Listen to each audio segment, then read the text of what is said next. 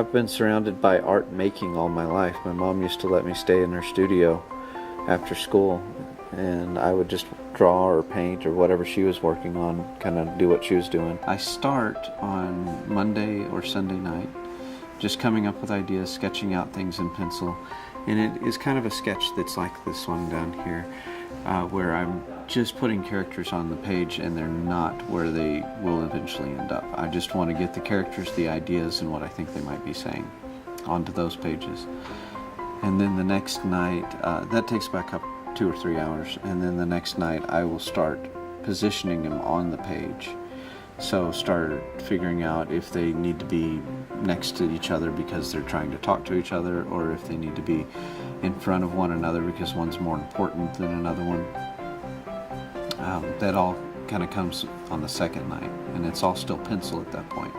And today what I'm doing is working on my third night process, which is I outline everything with ink, and I also make sure that the lines are what I want them to be. So I have a few people I bounce ideas off of. Some of them helped me out when I first started at the AJ. Some of them are at the AJ right now.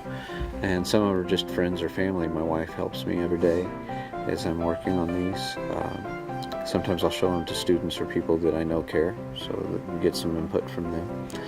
And that allows me to have this one last night on Wednesdays to finish up with anything that needs to be changed before I ink it. And eventually I get to what I'm doing right now, where I'm outlining everything and then erasing all of my pencil lines and going back over it with my pen again after I've erased the pencil lines to do any shading or change line weights. I know it's kind of getting technical here, but I like to do varied line weights. Dirk West didn't do that, but it's something that I found helps my artwork.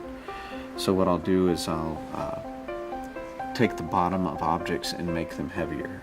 That is a lot to do with the traditions. I think it's really important that tech fans still recognize themselves as the kind of humble, able to laugh at themselves type of fans that we've always been.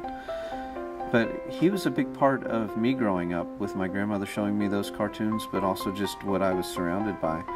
I did grow up in Houston, so I wasn't part of Lubbock during most of my childhood, other than when I was with my grandparents, but both of my parents went to tech.